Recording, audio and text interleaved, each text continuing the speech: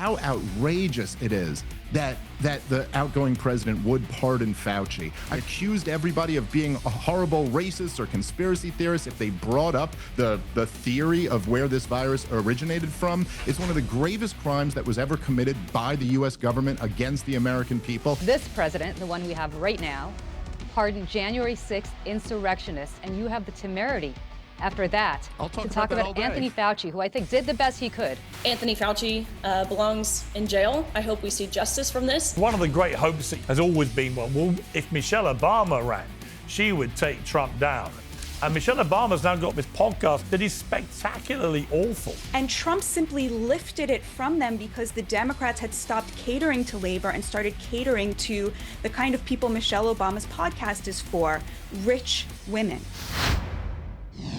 President Trump has declared Biden's controversial last-minute pardons as void, vacant, and of no further force or effect. Well, Dr. Anthony Fauci and January 6th committee chief Liz Cheney are among those who got blanket immunity in the final moments of Biden's presidency. But the outgoing president, shockingly, did not sign the paperwork. Members of his team instead used an Autopen, adding a digital rendering of the president's signature. And some legal experts say that means the pardons are literally not worth the paper they were apparently not written on. Well, the Conservative Heritage Foundation studied a trove of documents signed on behalf of the former president, and they pointed to this interview with House Speaker Mike Johnson as evidence of a much graver problem. Real quickly, Mr. President, can I ask you a question? I cannot answer this from my constituents in Louisiana. Sir, why did you pause LNG exports to Europe? Like, I don't understand, liquefied natural gas is in great demand by our allies. Why would you do that? Because you understand, we just talked about Ukraine. You understand you're fueling Vladimir Putin's war machine because they got to get their gas from him, And he looks at me, stunned with this, and he said, I didn't do that. And I said, Mr. President, yes, you did. It was an executive order, 3 weeks ago. And he goes, no, I didn't do that. And he's arguing with me. I said, Mr. President, respectfully, could I go out here and ask your secretary to print it out? We'll read it together. You definitely did that. And he goes, oh, you talk about natural gas. Yes, sir. He said, no, you misunderstand. He said, what I did is I signed this thing we're gonna conduct a study on the effects of LNG. I said, no, you're not, sir. You paused it. I know. I have the export terminals in my state. I talked to those people this morning. This is doing massive damage to our economy, national security. It occurred to me, Barry, he was not lying to me. He genuinely did not know what he had signed. And I walked out of that meeting with fear and loathing because I thought, we're in serious trouble. Who is running the country? I don't know who put the paper in front of him, but he didn't know. Well, everyone knows that President Biden was in fact not as sharp as attack as many claimed. There's nothing new there. Why I think this matters is that many people on all sides are looking very closely into just how little control the former president had. Even CNN's Jake Tapper, no friend of MAGA, is writing a book on what he calls the cover-up of Biden's decline. I think a lot more will come out about that. And the Democrats are already in freefall. A new CNN survey says their popularity has plunged to its lowest level in recorded history. How can they possibly begin to rebuild if the whole country is still engrossed by the saga of who exactly was running the country until Biden quit? Well, many on the left are also asking how the Democrats can possibly rebuild when Chuck Schumer, the de facto leader of the supposed resistance, is voting with Republicans on government funding. The so-called Schumer surrender has deeply divided the party, as everything currently does at the moment. This is how Senator Napoleon explained himself.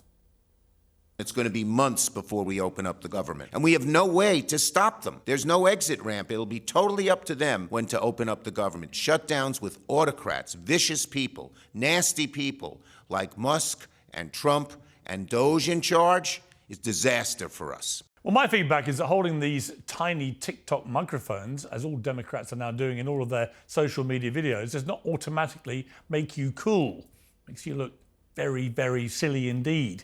Well, elsewhere this weekend, President Trump invoked the Alien Enemies Act of 1798 to deport hundreds of alleged migrant criminals to El Salvador. The US hit Yemen's Houthis with a wave of airstrikes and warned Iran that nothing is off the table. And the president says he will call Putin tomorrow as he tries to broker a 30-day ceasefire.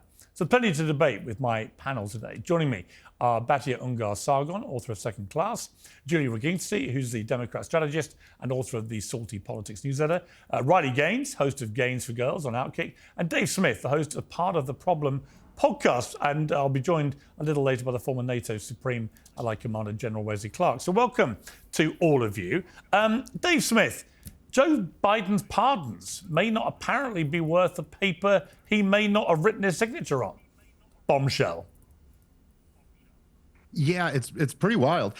It's, you know, I have no legal expertise in the question of whether these auto signatures are legitimate or are not legitimate, and it's kind of an interesting legal question, I guess. But I think you hit the nail on the head in your opening there, Piers. It's like none of this would ever. There's no way you could make this claim short of the fact that we all know the former sitting president was so senile. And this is, you know, I mean, these are the type of conversations every single political commentator, including the four of us here and everyone you know, these are the type of conversations we were having privately throughout this whole, the whole last year, at least, of the Biden administration. I mean, when you're at this level of you know, mental decline, how much can everybody around you just abuse that? I mean, Joe Biden actually seemed at a state, at least toward the end of his administration, where a staffer could probably just tell him, oh, no, you already said that yesterday.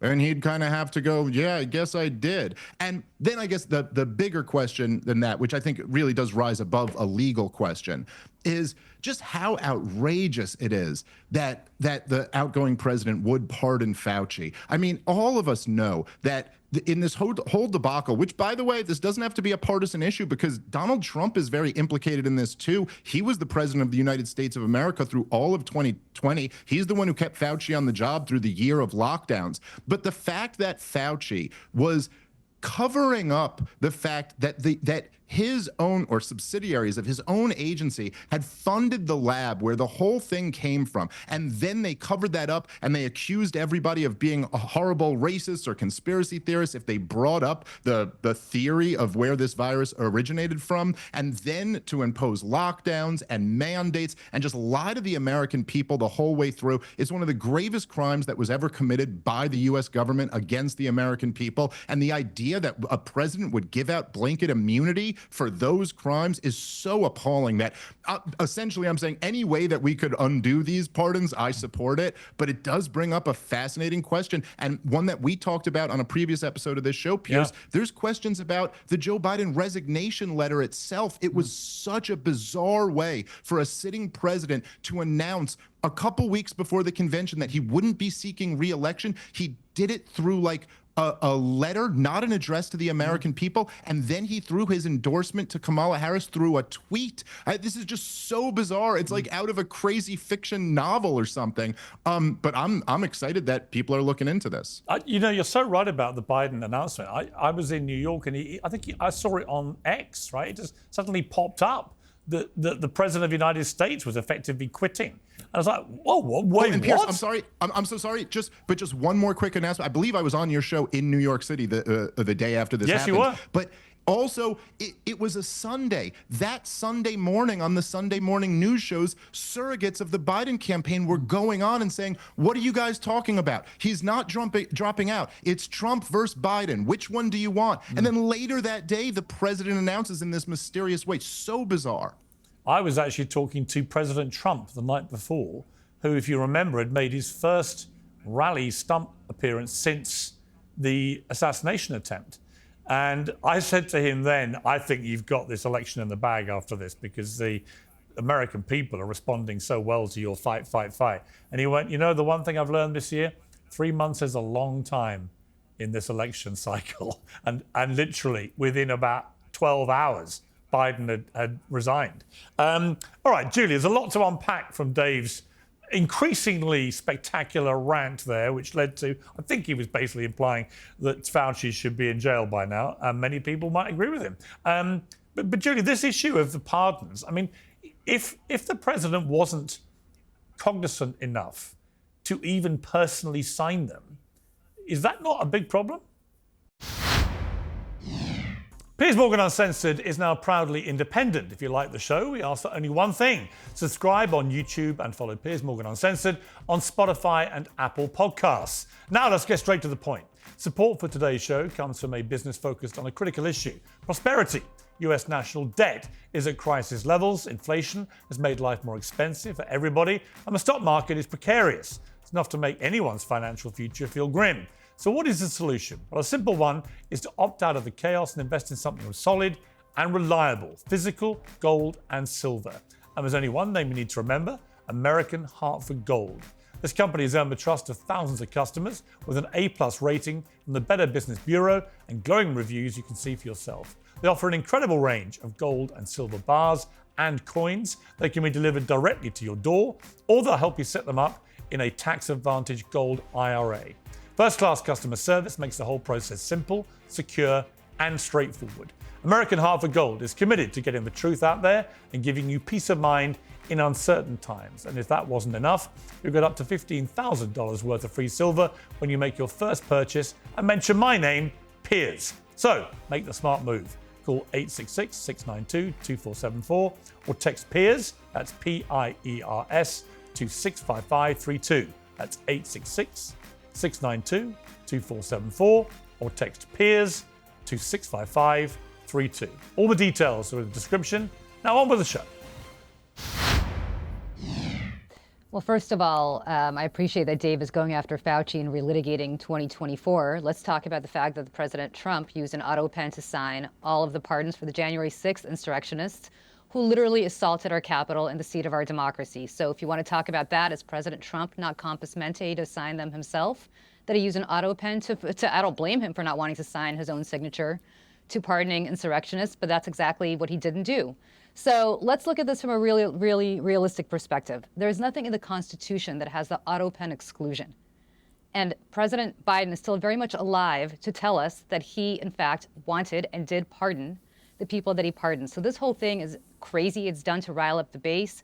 It's done to tie up the courts. I'm sure the Supreme Court, even the Supreme Court, is going to say this is ridiculous because Autopens have been used consistently in signing documents over and over and over again in this administration, in the previous administration, in the first Trump administration.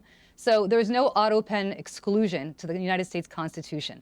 But I understand why Dave wants to talk about Anthony Fauci. He wants to talk about anything other than the fact that, of course, this president, the one we have right now, pardoned January 6th insurrectionists, and you have the temerity after that to talk about Anthony Fauci, who I think did the best he could under very challenging circumstances. He did not pardon people who were convicted by a jury of their peers and sentenced to decades in prison for attacking the United States Capitol and putting in harm's way not just Democrats, but even Mike Pence. But Julie, you talk about putting people in. All right, but Julie, you talk about putting people in harm's way. I mean, Anthony Fauci. All right, you say he did the best he could, but what does it say about the front man for the whole pandemic defense in America, that for so long he pushed what is clearly now a completely false narrative about this virus emanating in a wet market, when in fact it now looks almost certain from all the independent studies that it emanated from the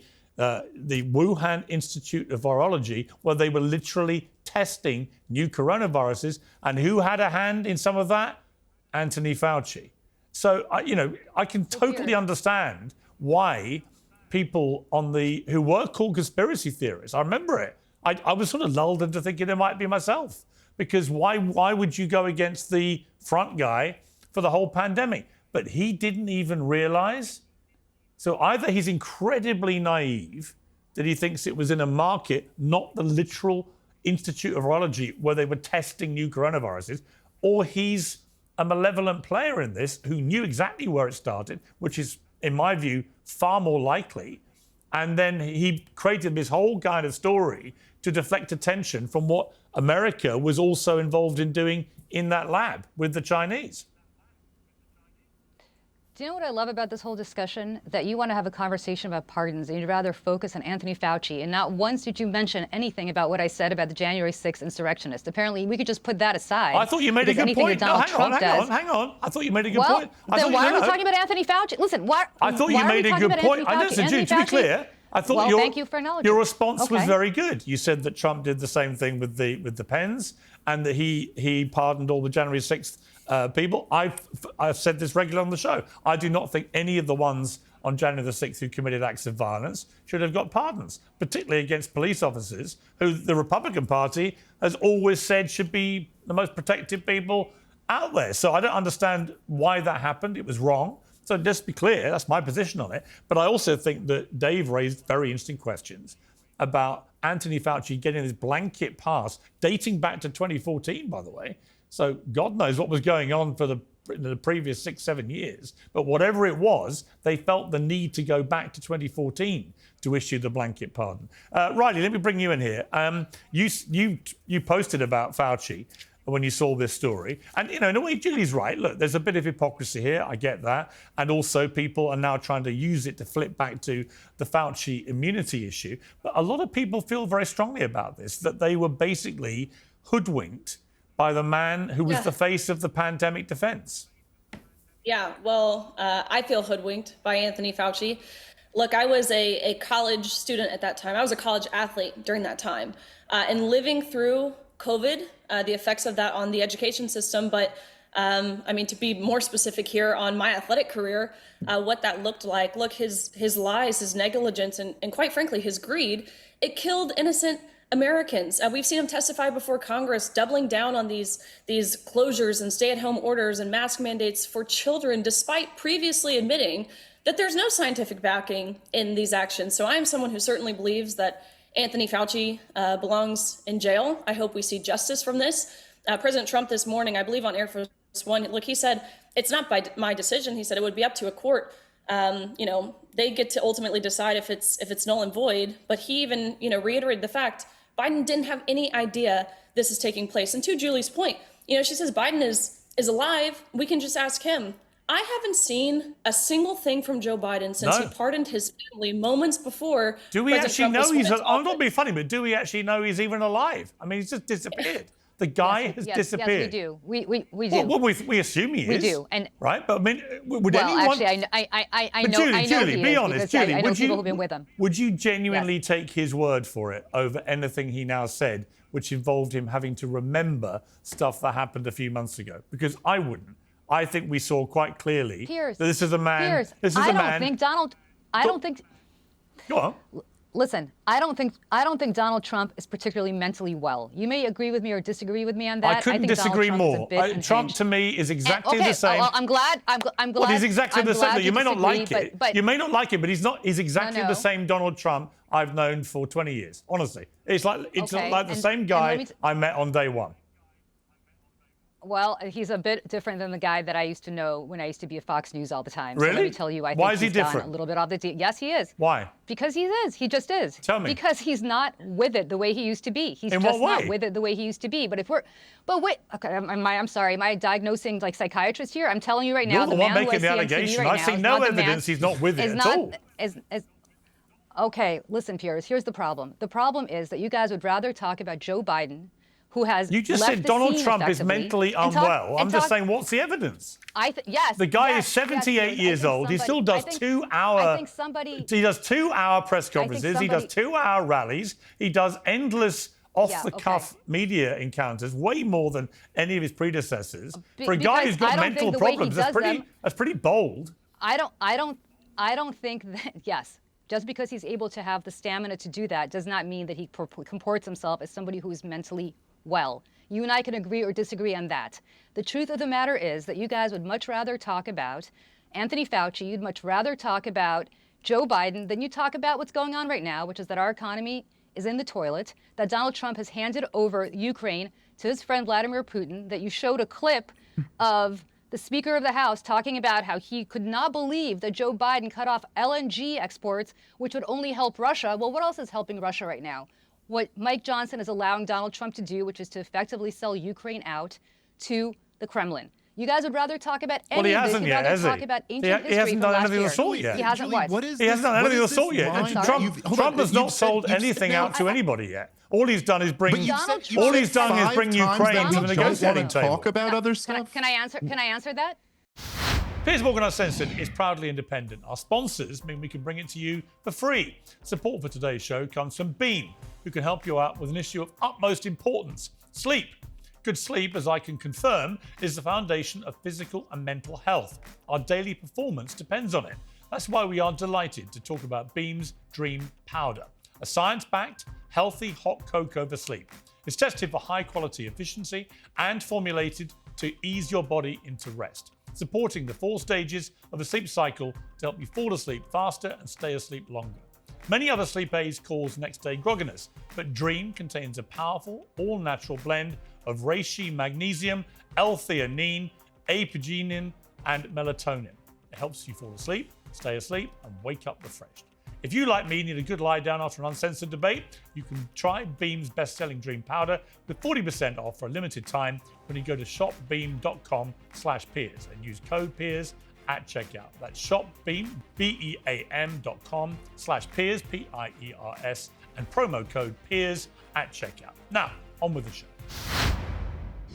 Well, we're actually going to come to Ukraine. So let's hold fire on Russia. We're going to come back to that. I want to bring in Batya, who's been waiting very patiently, which, given you are the superstar of social media the last few days, I think your stunning performance on Bill Maher, which was great, by the way, and you had a brilliant answer when he came after you about why would you support Trump on tariffs. So congratulations on that moment. Thank you, Piers. Thank you. But on this issue of pardons, I mean, as Julie says, is there a bit of rank hypocrisy at play here? Are we really that bothered about autopens? You know, I know that, for example, if you've got a Beatles signed anything for about a 3 or 4 year period, it's almost inevitably will have been done by an autopen, right? So do people who've got those signed albums feel cheated, robbed, and want to go to their lawyers, or they just turn a blind eye and go, you know what, they meant to sign it?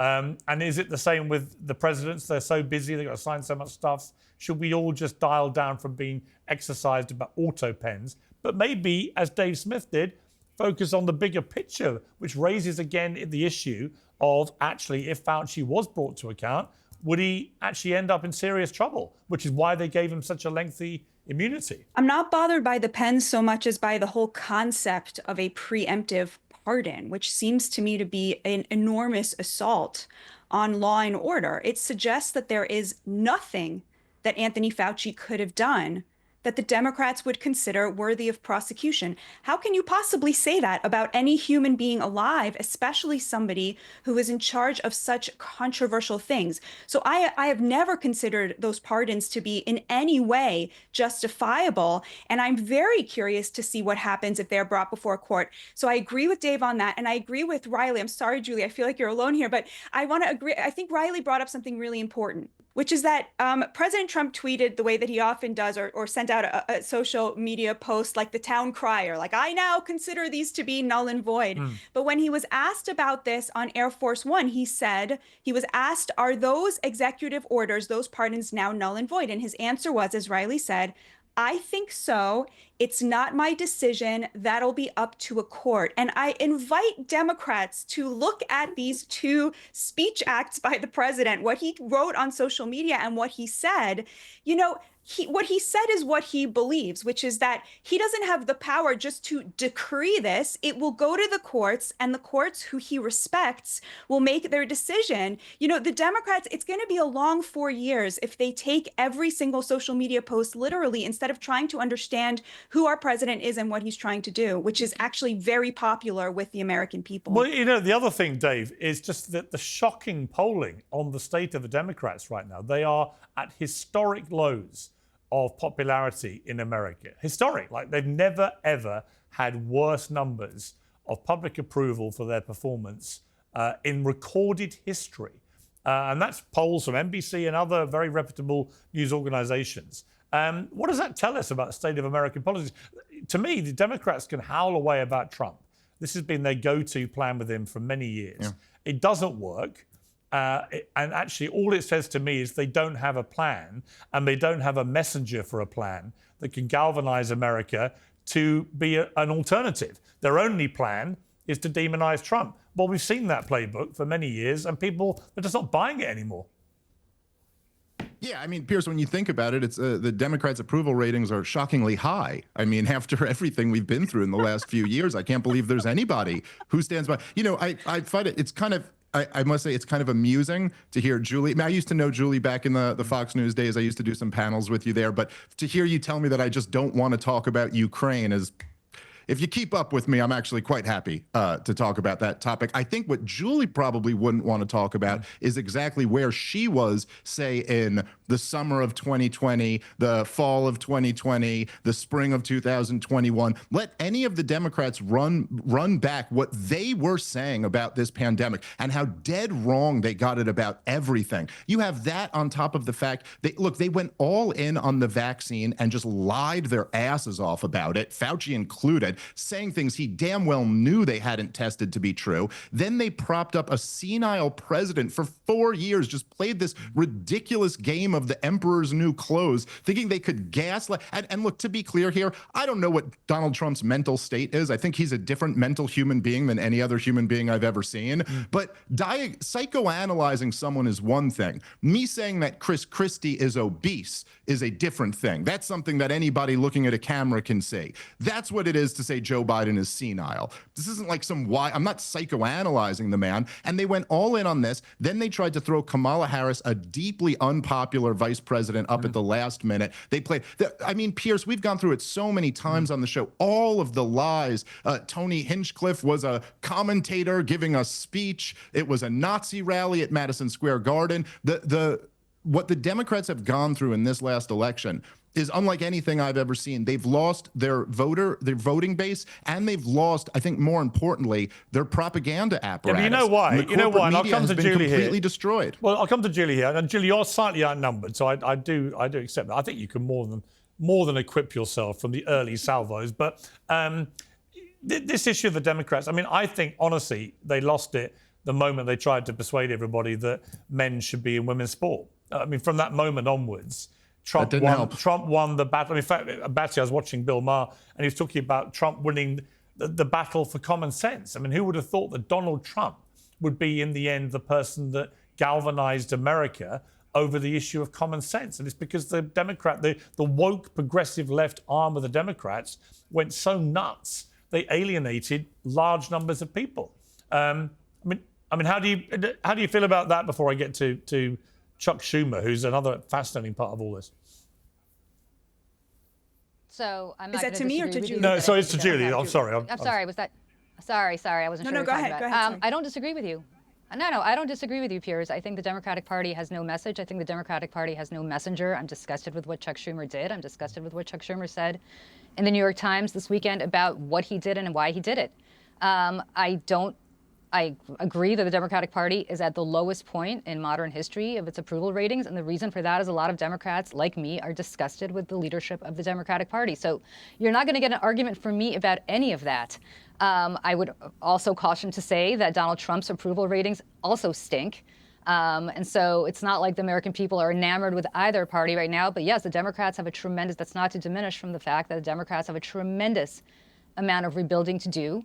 The Democrats, I think, don't know how to fight. The Democrats certainly don't know how to message. And I agree with you that the Democrats don't know how to make the American people believe that what they say is common sense. On that point about fighting, Yes. This whole issue of Chuck Schumer, basically helping the Republicans out, causing mayhem with a lot of the progressive left. Just see Alexandria Ocasio-Cortez's reaction to what he did. Senate Democrats to completely roll over and give up. I think there is a deep sense of outrage and betrayal. Just to see Senate Democrats even consider acquiescing to Elon Musk, I think it is a huge slap in the face. Now, what was interesting, Schumer, I think, took a pragmatic view, which he articulated by saying that a government shutdown would have been a far worse option than passing the GOP's spending bill. And that once it shut down, Trump, Musk and the others would have free rein to do what the hell they liked until it got reopened. I understood that argument. It was a pragmatic answer, but I also could see the fury from his own party members. How did you feel about it? I was furious, and I will tell you that, of course, the minute that bill was signed, that continuing resolution was passed, Donald Trump ignored what was in it and decided to sequester money that Congress had already appropriated. So, look, it's not like you're going to ever be able to work with Donald Trump if you're a Democrat. Donald Trump is on a grievance-filled rage to pay back the people that he thinks tried to put him in prison, and therefore he will not work with Chuck Schumer. He will not work with the House Democrats. He will not work with Senate Democrats.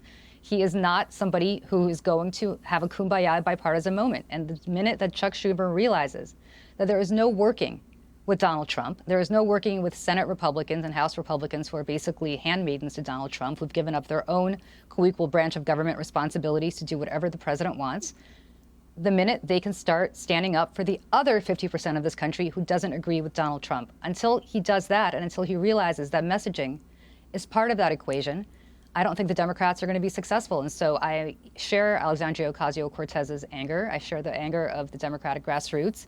And I think that Chuck Schumer is not the right man for the moment that we're living in right now to be the Democratic leader of this party. Riley, as somebody who was one of the heroes, really, of driving this whole debate over biological men in women's sport, it did seem to me that that was one of the pivotal planks of the common sense culture war, which Trump so successfully won here.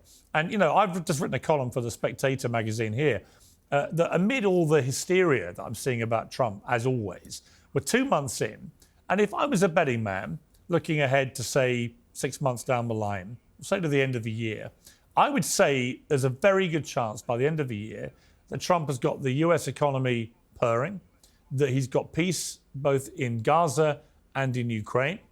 Not perfect peace, because they never are, but peace. And that he's probably got the border into a far more controlled state than it was under the previous administration. And if he's done those 4 things in his first year, he will go down immediately as one of the most transformative presidents of modern times. So I think the Democrats are in real trouble here. And the reason they're trying to chuck everything at Trump and Elon Musk and the others is because I think a lot of them think this might be what happens. That's right, Piers. You believe that because Trump is a man of his word. He makes promises and he keeps his promises.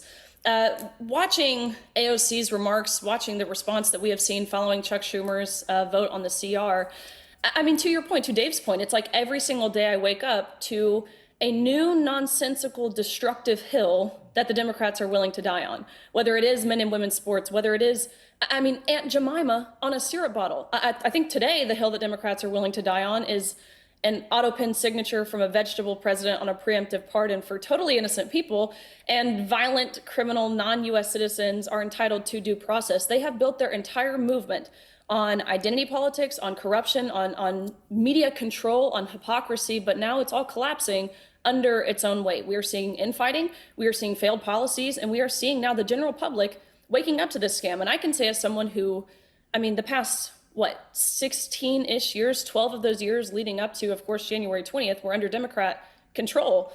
So most of my adult life, we have seen Democrats in charge of this country. This is something that this type of infighting, I really haven't seen before. Democrats in total disarray like this. Normally it's happening on the Republican side of the aisle. So to see Republicans together and cohesive and advancing in this way and united, really, I think it's something we haven't seen before. And I think it's largely to blame the Democrats. They are their own worst enemy. They are eating each other alive. We've now seen Chuck Schumer this morning. He just announced that he had to cancel his book tour after his own party revolted against him. So again, the Democratic Party in a nutshell is unquestioning loyalty and total conformity or else. And we saw what happened with Gavin Newsom, right? I think he started the Democratic Party civil war of 2025 after his comments and saying, look, it is unfair to allow men onto women's sports teams. Well, they're all working out. They're all working out. You were right all along. As I kept telling you were. Whenever you came on, you were. And you were very brave, because actually to be as vocal as you were about that issue 2 years ago was to sign your professional death warrant in many places. You know, the cancel culture was alive and aggressive and nasty, and people like you and J.K. Rowling and others who stood up for women's rights were getting destroyed. So it took a lot of courage, and I've saluted you for that.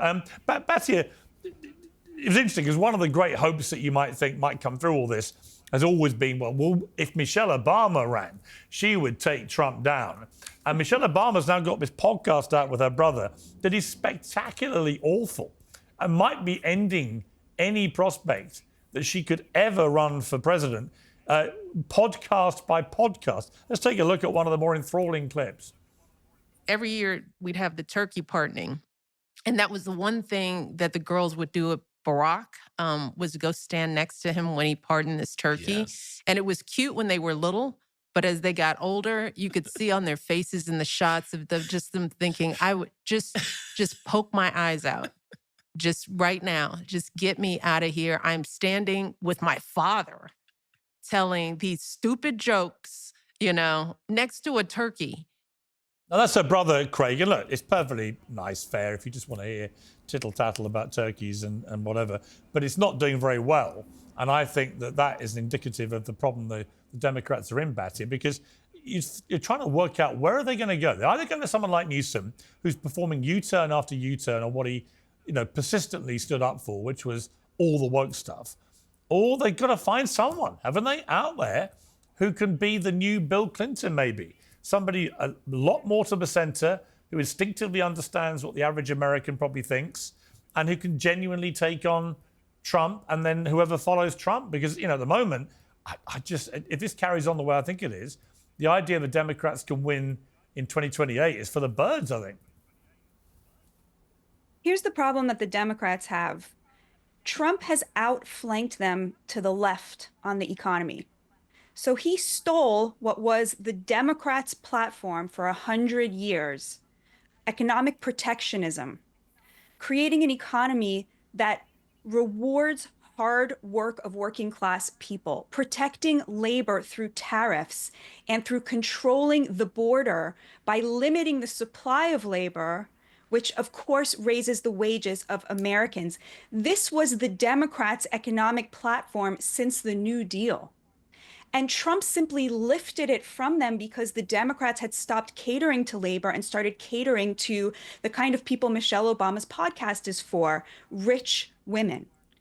And because the Democrats don't have an economic platform anymore for the working class, they had to take on Trump with these cultural battles that make them sound insane, like defending the right of men to show their penises to little girls in locker rooms, what Riley was exposed to horrifically. And so Trump found it so easy then to simply say, well, I'm going to be the moderate on this, on all of these social issues. And so he won both on the economic policy, then on the social policy, and then on the foreign policy by stealing the Democrats' anti-war platform. So basically, you have a New Deal Democrat in Trump. And so the Democrats are really struggling. Like, what would you say they stand for now? Well, they say we stand against Trump's abuses of the LGBTQ community. He appointed the highest ranking out gay in American history. Yeah, it's not going to wash. It's all nonsense, right? And so people are not going to buy it. I'll just end with this, Piers. If I was giving advice to the Democrats, which I would love to do, I don't know why they don't invite me to. I'm a leftist, and I would be very happy to explain their path back to the working class. What they need to do is You're a MAGA leftist, though, aren't you?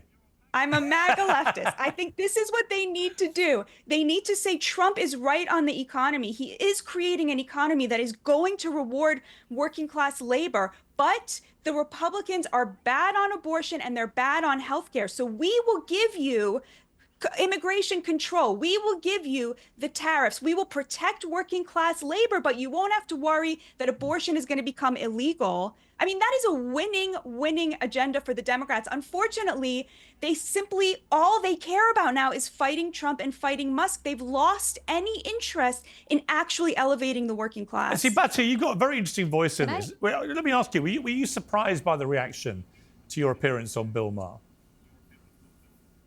In the room, you get booed by the audience a lot if you defend any of these things. So I wasn't surprised by that. But I got to tell you, Piers, I have received thousands and thousands of messages from people saying to me, that's what I am. You are what I am. And it's truly humbling. I feel really humbled and grateful to God that he put me in this position to give voice to something so many people feel, and they just don't feel heard. I mean, we're lefties. We would love to still be Democrats. You know, there's nothing preventing that except the Democratic leadership, which is totally not interested in catering to labor anymore. So yeah, I was very surprised by that. And Batya, you got away quite lightly, because I appeared a few years ago on Bill Maher with Jim Jeffries, the comedian, who kept calling Trump Hitler. And eventually I said, he's not Hitler. He hasn't killed 12 million people. At which point Jim Jeffries said, oh, fuck off. He's Australian. And then J.K. Rowling tweeted, as it was then, Piers Morgan being told to fuck off on Bill Maher by Jim Jeffries is so deliciously satisfying. And my reason for telling that story is, despite her doing that, I have still relentlessly supported J.K. Rowling on the battle she's waged for fairness for women. That is how a democratic society ought to work, where you put aside your little petty squabbles with people and you actually, and that's why I admire what Chuck Schumer did. What Chuck Schumer did was he put the country, in a way, I think, before petty party, political, partisan bullshit. And for that, he knew he'd get hammered, but I admired him for taking that stand. Dave, let's segue to Ukraine, which Julie doesn't think you want to talk about. So let's talk about it, because I know you're probably gagging to talk about it. I want to play a clip of Trump on Air Force One talking about a forthcoming plan to maybe talk to Putin. What sort of concessions will you be seeking to have Putin make to get a deal done? Well, I think we'll, be talking about land. It's a lot of land. It's a lot different than it was before the wars, And we'll be talking about land. We'll be talking about power plants. Because that's up, it's a big question. But I think we have a lot of it already discussed very much by both sides. You'll ask him. Ukraine and Russia. You'll ask him to. We're already talking about that, dividing up certain assets. I mean, Dave, it seems to me that there are certain inevitabilities about how this peace deal will look. And there are inevitabilities as a result of where the battlefield has got to, which has pretty much not moved very much now for most of the last year. But it's basically been, I wouldn't say stalemate, because I think Russia has been slightly edging on the battlefield, but in such a small way, it's kind of immaterial. And that basically you're down to, well, they're going to freeze it on the current lines, I'm sure of that, or pretty much the current lines. They'll tell the Ukrainians to get out of the little bit of Russia they're in.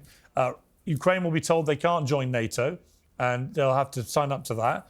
And the issue to me that remains outstanding, unless you quibble with what I've just said, is the issue of whether Putin will allow European peacekeeping troops on the new border of the southeast of Ukraine, which Putin has taken. And I think that's going to be a big debatable issue, because he will view that probably in the same way he viewed what he perceived to be NATO encroachment in the first place.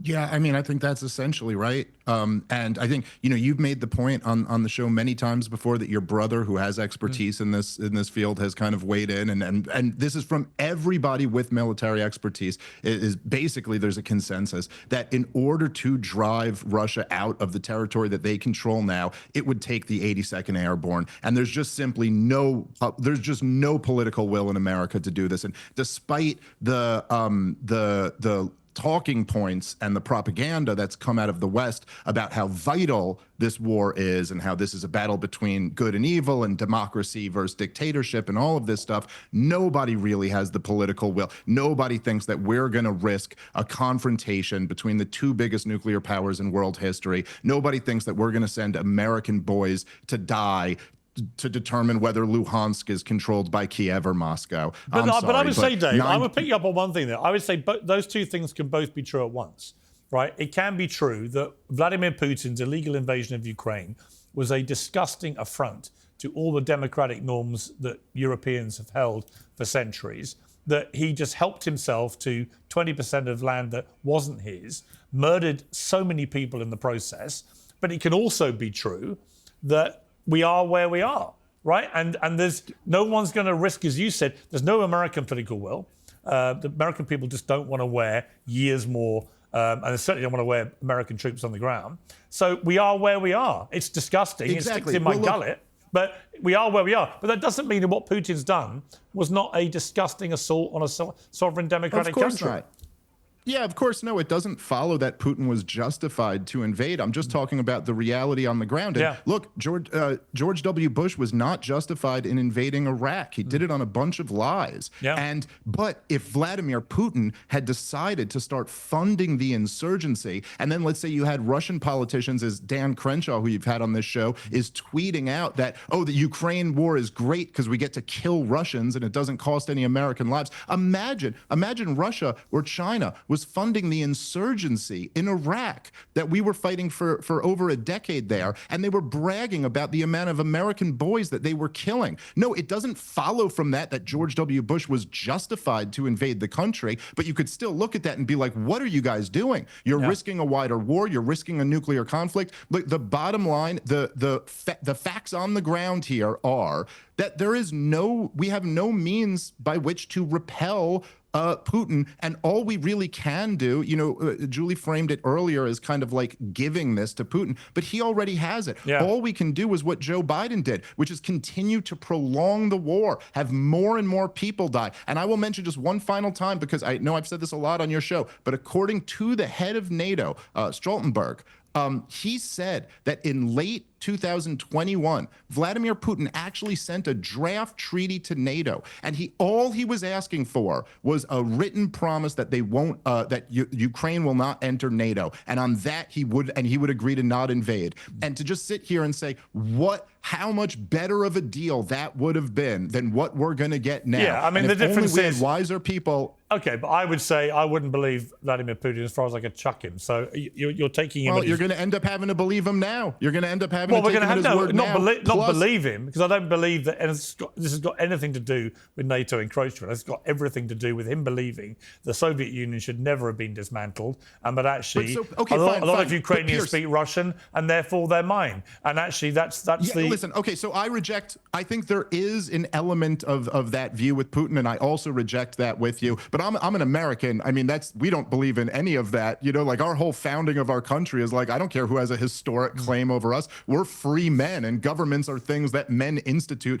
to protect our rights, and we can overthrow it whenever we want to. Like, that's the Declaration of Independence in a nutshell. So I'm with you on that. But look, Pierce, if you had a time machine, would you go back and sign that draft treaty right now? Forget whether you trust him or not.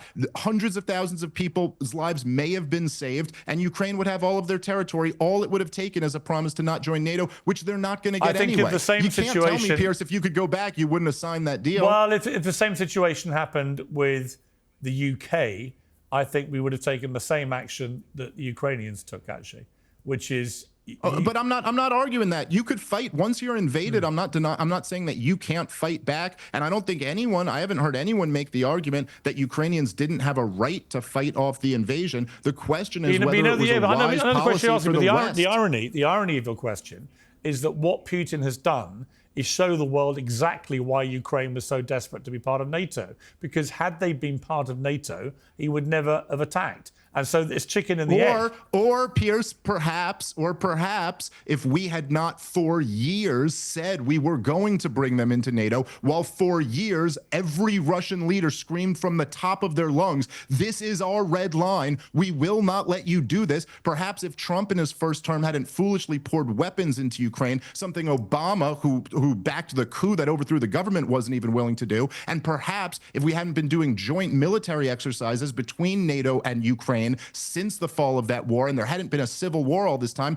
listen, it was Bill Burns, Joe Biden's CIA director, who in his own words in the Niet Means Niet memo wrote, this is a choice Russia does not want to have to make. That was a secret memo from him to Condoleezza Rice back in 2008 when he was ambassador to Russia. Julian Assange dumped it. That's the only reason we even know about this. But at least from the highest level of U.S. intelligence perspective at the time, Putin didn't want to do this because, as America has found out over the last 25 years, wars are actually very costly. And this has caused Putin a lot of problems too. And he's got a whole bunch of brothers and mothers and people who have lost their relatives who were conscripted soldiers in this, who are mad at him now. So that's all I'm saying. Yeah, I mean, the other thing, look, I'm going to move on to the rest of the panel, but I would say just on the red lines point that Putin has set a number of red lines during this war with Ukraine, all of which we've ignored. And guess what? He hasn't let his nukes off at anyone, having threatened to every single time. So the guy uses He's red still lines. a politician. He uses red lines as a political comfort blanket. And actually, sometimes you've got to call people like him and their bluff, because he's not an Islamic fundamentalist. He's not going to blow himself up for the cause. He's got $200 billion worth of assets, which he thoroughly enjoys. But he might invade Ukraine. Well, he might, and he did. Sometimes you have to call them on the bluff, and sometimes maybe you shouldn't. All right, Julie, we are where we are. I mean, I kind of agree with Dave there, and he's right to quote my brother, because my brother said from day one, you realise that there's no way Ukraine can win this war, right? I mean, you do understand that. And now we are where we are, where it's pretty clear to everybody Ukraine cannot win the war. Well, here's where we are. If you want to talk about treaties that were on the table, your country, mine, Piers, back in the early 90s, signed a treaty with Ukraine, effectively saying to them that if they gave up their nuclear weapons, and at the time of the dissolution of the Soviet Union, Ukraine had the third largest nuclear stockpile after Russia and the United States. We told them that if they gave up their nukes, we would protect their sovereignty and territorial integrity. That was a commitment that the United Kingdom and the United States made together to Ukraine. I mean, you're right. Me, it was the Soviet You're nukes right. There were Soviet nuclear weapons on Ukraine soil.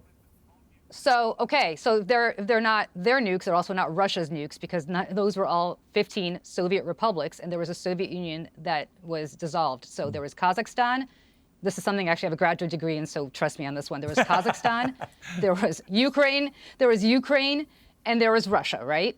There were 3 Soviet republics which housed the Soviet nuclear stockpile. In order to have Kazakhstan and Ukraine give up their nukes, we assured them that we would protect their sovereignty and territorial integrity. So that's not debatable. It was their nukes in as much as they were Russia's nukes. That is true. All right. So what the lesson that we're showing to the world now, and not just to the good guys, but also to people like Saudi Arabia, who I would not necessarily call a good guy, although we have a love-hate relationship with them, to the Egyptians, certainly to the Iranians, to the Taiwanese, and others, that if you think that the United States is going to protect you with its nuclear umbrella, think again, because we go back on our word. And therefore, as a result, you might as well go nuclear, because the only way that you can protect your sovereignty and territorial integrity is if you have your own nuclear umbrella. Well, funny enough, that is the position. That is the position in which we find ourselves now. Now, if you think that that's going to make us any safer, and if Donald Trump thinks that the quote-unquote big beautiful ocean can protect us from the ICBMs and the mid-range nuclear weapons that could be delivered in New York City within moments, he's smoking something. And so I want to be very clear that what we have done in Ukraine has made the United States so much more imperiled, and the same with Great Britain, and the same with the European continent. So, well, I don't agree, because like it or hate it, I don't agree, that's what's happening right now. Well, I don't agree with you, because we actually have more nuclear weapons combined than Russia does, and that there's the deterrent. I'm not talking about Russia. I'm talking about all these third-tier countries that are now going to go nuclear. Well, right? I agree. I agree that some Saudi. I agree that's a concern, because I actually, Zelensky told me only 3 weeks ago he wished he had a nuclear weapon, because then he wouldn't have been invaded. I think it's a perfectly valid point. We've got to wrap up, but very quickly, I want to bring in Riley and Batya on this. So, Riley, just quickly, what is your take on this? Look, I will just say, on the one hand, of course, I am glad to have a president with a spine who isn't afraid to draw hard lines in the sand and hold them. We have seen how virtually every world leader has changed their tune with President Trump back in the White House in comparison with Biden in the White House the previous 4 years. But on the other hand, of course, I don't want a compromise with Putin. But again, what I do know, what I saw with my own eyes, look, I was at State of the Union just a few weeks ago. I know that President Trump is anti-war, and I know that the Democrats are not, based on the response that I saw in the room with my own eyes. When President Trump mentioned, he said, we've given Ukraine $350 billion. That is the only thing that the Democrats stood and applauded and cheered for. You've seen the headlines, you've seen the posts on social media. And it's not even true, by the way, that figure. Yeah, well, no, but it's definitely over 200 billion. Actually, I don't think it is, actually. I don't think it is. I mean, Zelensky went through...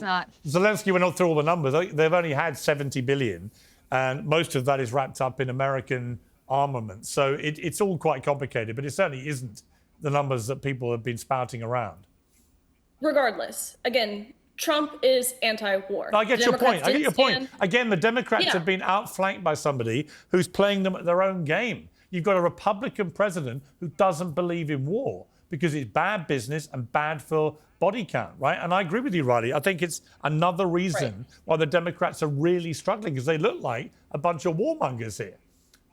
That's right. That's right. So I'll be interested to see how tomorrow goes. Of course, I am hoping for a resolution. I believe, if this is something that President Trump can help aid, I believe he deserves the Nobel Peace Prize for getting Russian President Vladimir Putin. Well, Barack Obama got one, and we still don't know why he got it. So I think you're absolutely spot on. Batya, finally to you, just quickly, if you don't mind, your take on this. Do you think it's good that Trump's going to talk to Putin? Do you think that he's playing this well, or is he being used like a Putin puppet, as some claim?